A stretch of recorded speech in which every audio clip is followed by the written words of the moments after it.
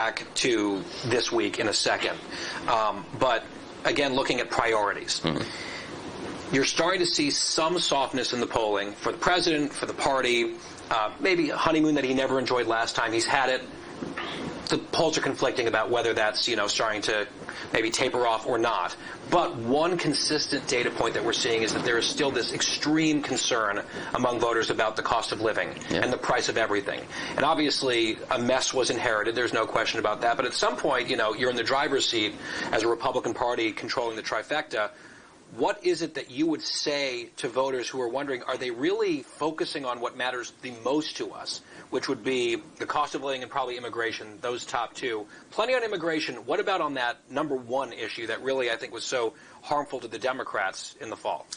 Yeah, it was. Clearly, the president and all of us ran on a set of issues that were the most important to the people. We've got to secure the border. We have to get the economy under control, reduce inflation. We've got to get American energy dominance back and restore peace through strength, reduce the regulatory state, the bureaucracy, the deep state.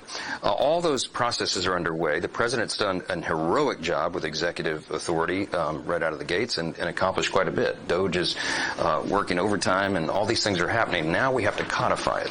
So the reconciliation process is the key to getting that done. And for a lot of people back home who don't follow all the machinations here, the reconciliation is the one exception to having to get 60 votes, the 60 vote threshold in the Senate.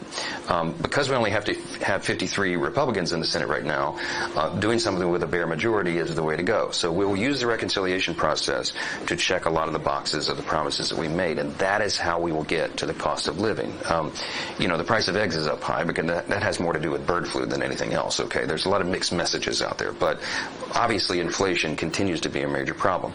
The way to do that is to make sure small businesses have certainty, to make sure we don't have the largest tax increase in U.S. history, which is what will happen by default at the end of this year if we're not successful in this mission, to get taxes down, reduce regulations, and free up the free market again. And the way you do that, the way you ensure prosperity, which is what we're all about, is to get the government out of the way.